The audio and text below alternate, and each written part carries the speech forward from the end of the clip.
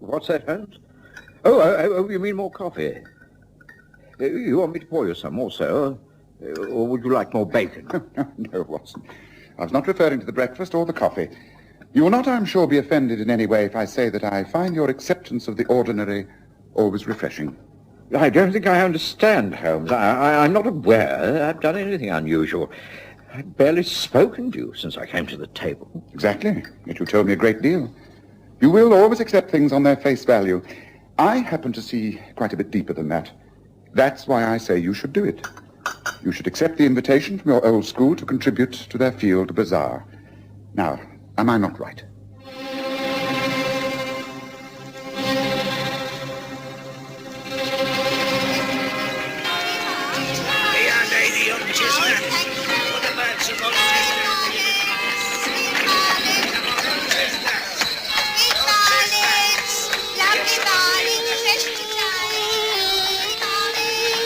We present the stories of Sherlock Holmes.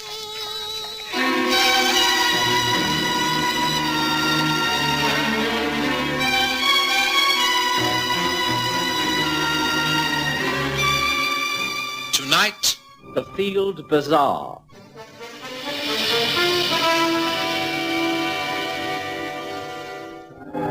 In the early days of my association with Sherlock Holmes, I have to admit that I found him rather overbearing. In later years, I grew used to his manner, and after I'd married Mary and moved away from 221B Baker Street, I was able to laugh at my feelings of inferiority. But he was never an easy man to understand, and I will remember during the summer of 1885 being particularly disconcerted by his attitude. It was one of those lovely, long, hot English summers, days which cried out to be spent in the country, walks along narrow, leafy lanes filled with the drone of bees and the smell of honeysuckle. That's why, when our letter arrived on that August morning, I was very tempted, and Holmes knew this. I repeat, I should say yes. Holmes, I really don't know what you're talking about. I've just told you.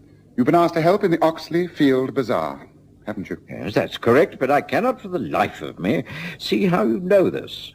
The letter has only just come to hand, and I've not spoken to you since I opened it. In spite of that, I would even venture to suggest the purpose of the bazaar. It's to gain funds in order to enlarge the school's cricket field. Holmes, there are times when I think you use some form of black magic. You really are a most excellent companion, Watson. You respond instantly to all my mental processes. Really, I can find you easier to read each morning than I do the daily newspapers. I'm sorry, I'm so transparent. I don't think it's unintelligent to be puzzled by your knowledge. But if you're so clever, perhaps you'll tell me how you've arrived at your conclusion. I really claim no credit. The facts are so obvious. You came into breakfast with a thoughtful expression, the expression of a man who is debating some point in his mind. In your hand, you held a solitary letter. Now, last night, you retired in the best of spirits. So it was clear that it was in this letter which caused the change in you. Yes, well, that's obvious. Well, anything's obvious once it's explained. I naturally asked myself what the letter could contain, which might have this effect upon you. As you came and sat down, you had the flap side of the envelope towards me. There is a crest upon it, the Oxley crest. The same shield-shaped device which is on your old cricket cap. Then you poured yourself a cup of coffee and walked over to the mantelpiece. Yes, well, that's very observant. And then? You gazed for some time at the group photograph of yourself in the cricket team. Clearly, you were remembering many occasions of being in that side. You came back down, helped yourself to eggs and bacon, and again read the letter. This time the envelope was face side up. I could see that it was informally addressed just to John Watson, Esquire. So it must have been something of a friendly and informal nature. Now, there are three institutions that are almost always debt-laden. The country churches, the old people's homes, and the cricket clubs. Your interest was certainly in the cricket club. Well, quite correct. Well, the best fundraising idea is a form of a bazaar. It's a very popular activity among public schools at the moment. Hence my suggestion that you should take part in it. Now, what is it to be? An old boys' cricket match on Oxley Common? Or will you use the school facilities?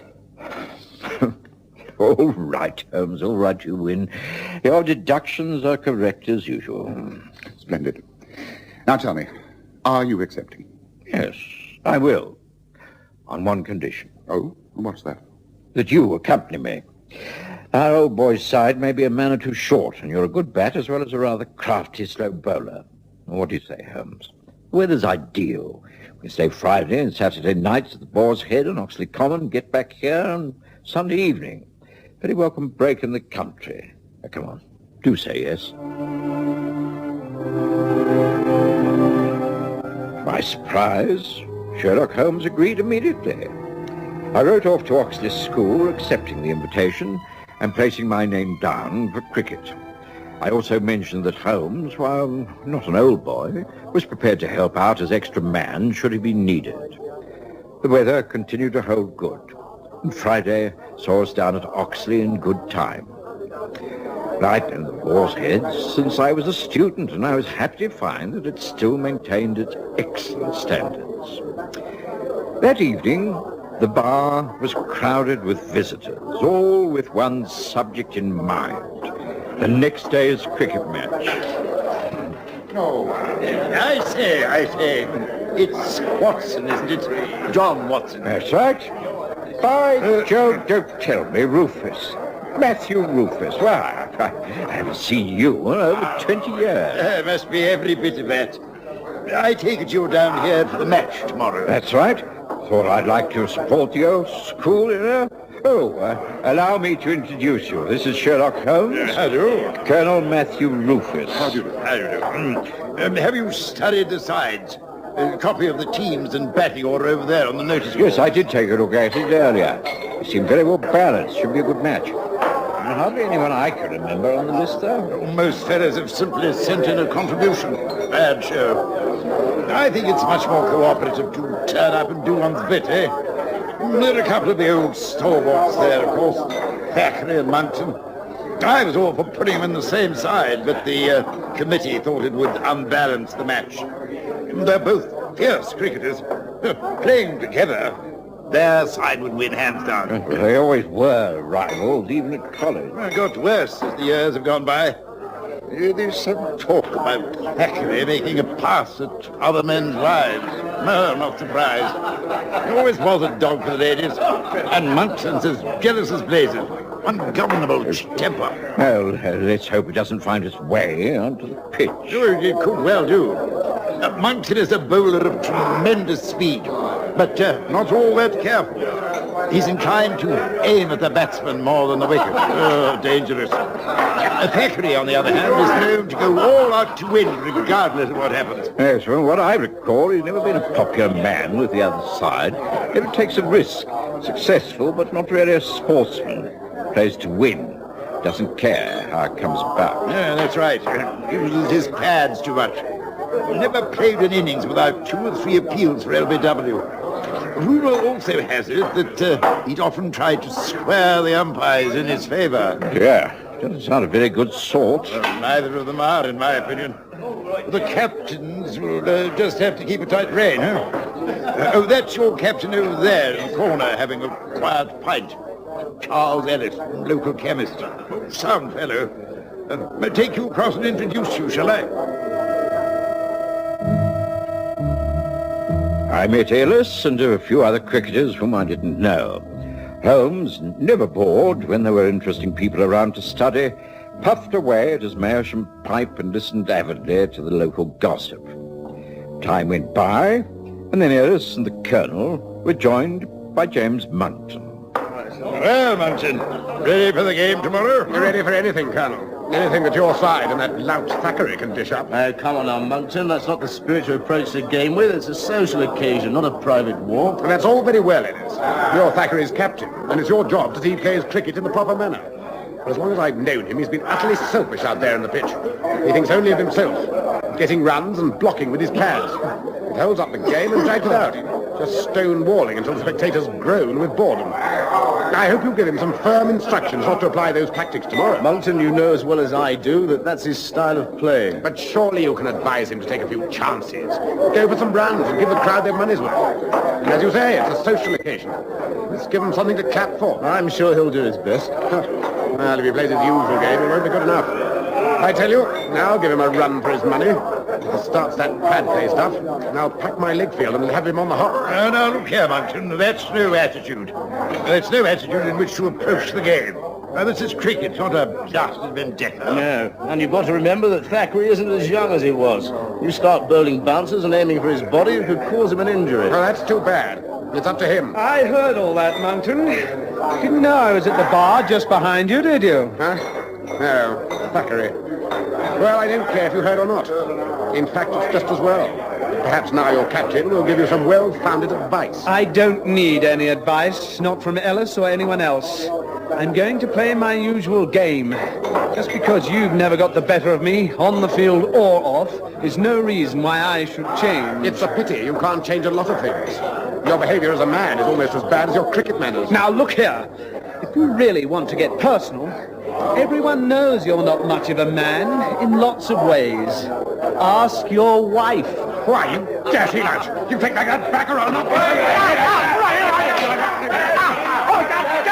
That's enough. Colonel Rufus, take these men out of here. This be a respectable pub, not gymnasium. Hear me? If you want to fight, get out on the lane. Now, come on, it's time anyway. Time, gentlemen, please.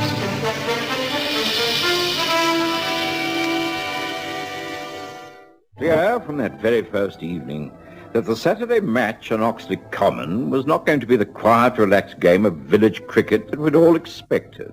Most of us, from Colonel Rufus and George Biggs the publican, down to the lowest farmer's boy, deplored the bad manners shown by both Monkton and Thackeray.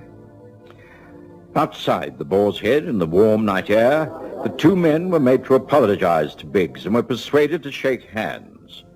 And then, in an atmosphere of uneasy truce, they said good night.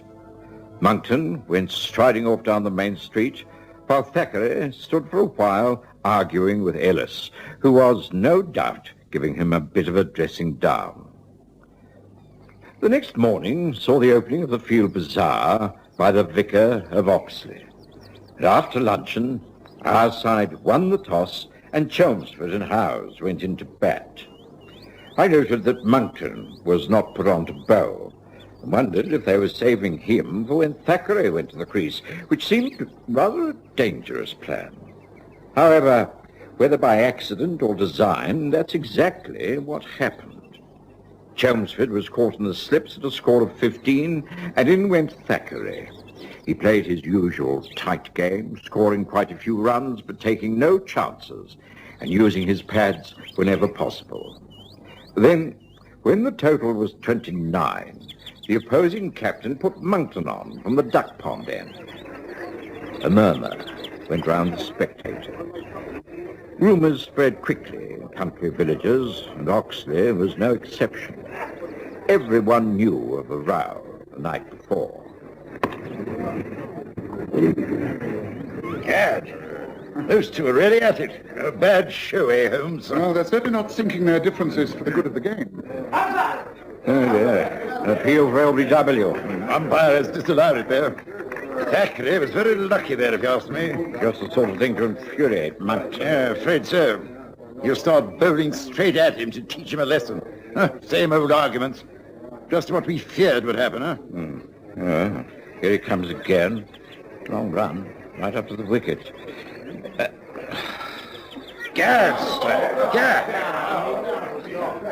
That must have hurt. Bounced right full up and caught Thackeray in the chest. No, it's not cricket, sir.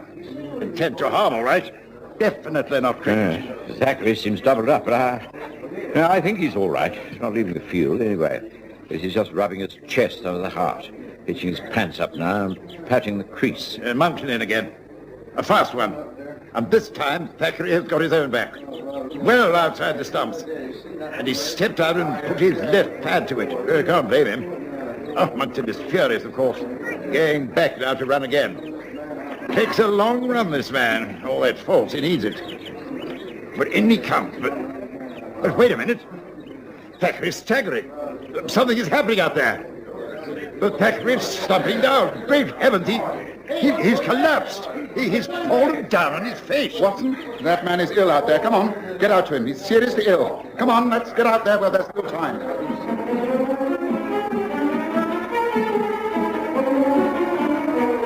Holmes and I left our seats in the pavilion and, hurriedly followed by the colonel, we raced across the grass towards the cricket pitch.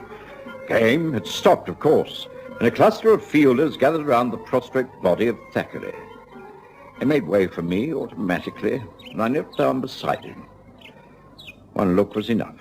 The man was dead. What's the matter, Watson? You're a doctor. What's wrong with the man? I'm afraid he's dead, Colonel. Must have been that blow under the heart. We must get him back to the pavilion. Dead? All right, men. Lift him up. Carefully now. Alice? Yes. Please see that there's as little fuss as possible. Okay. Carry him off the field. The match must, of course, be abandoned. I see that the police are informed. Monckton, please find the village council. Police?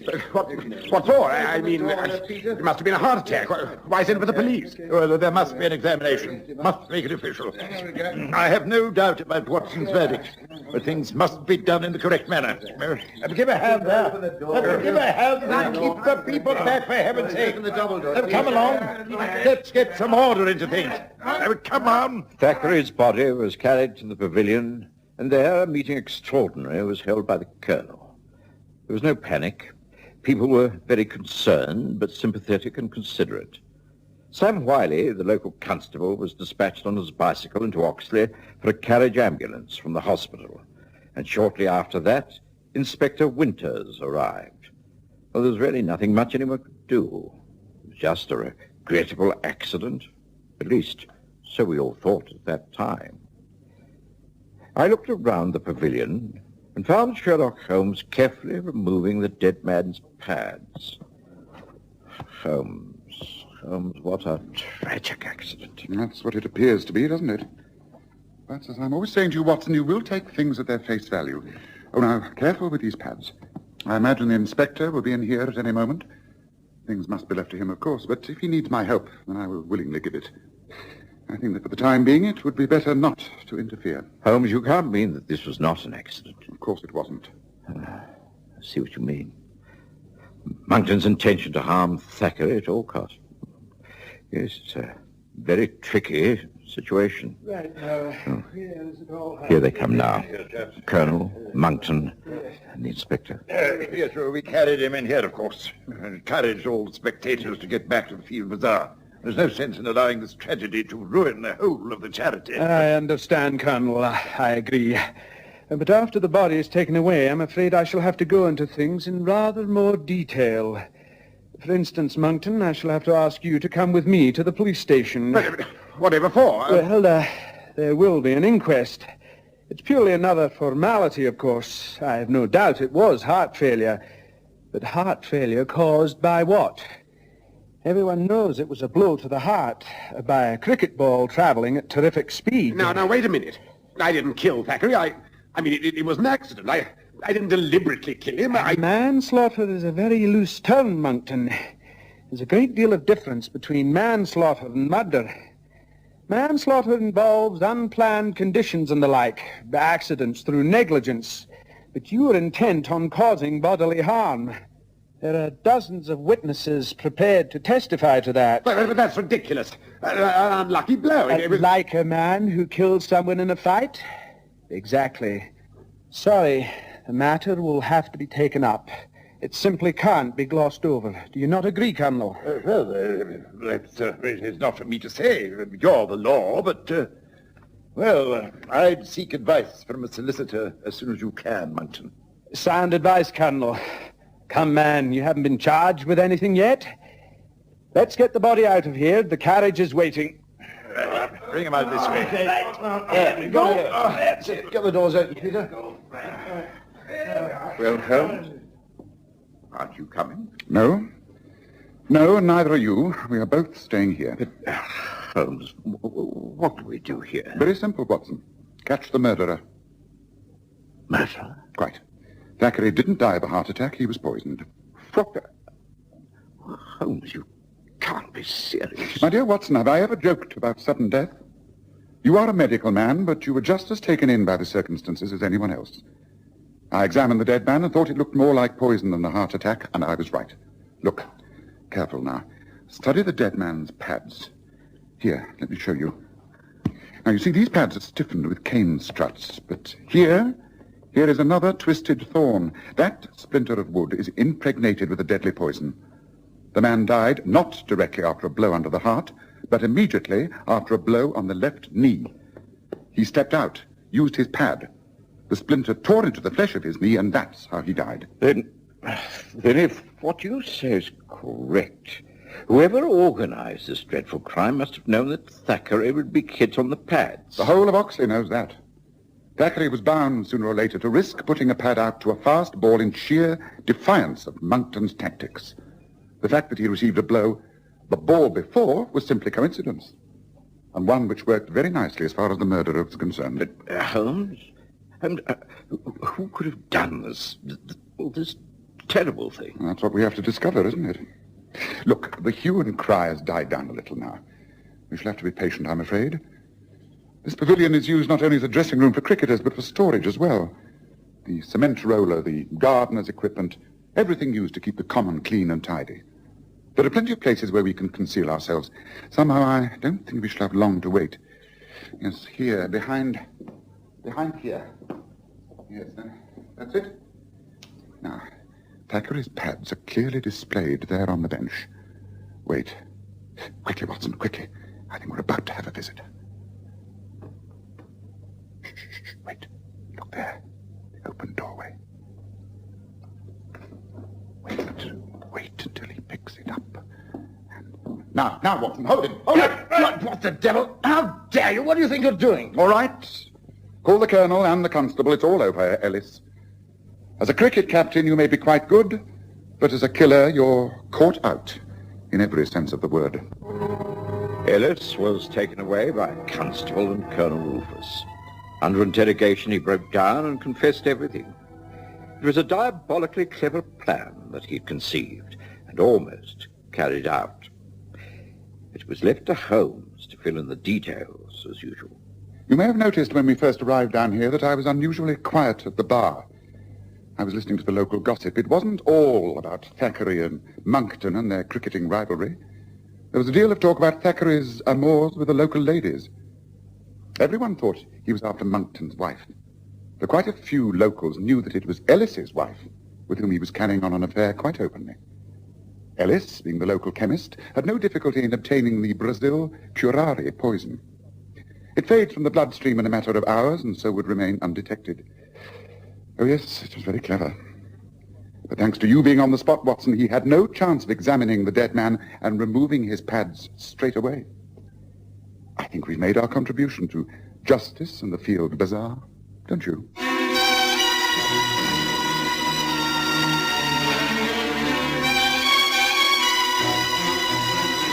Listen again next Sunday to The Stories of Sherlock Holmes, with Graham Armitage's Holmes and Kerry Jordan as Dr. Watson.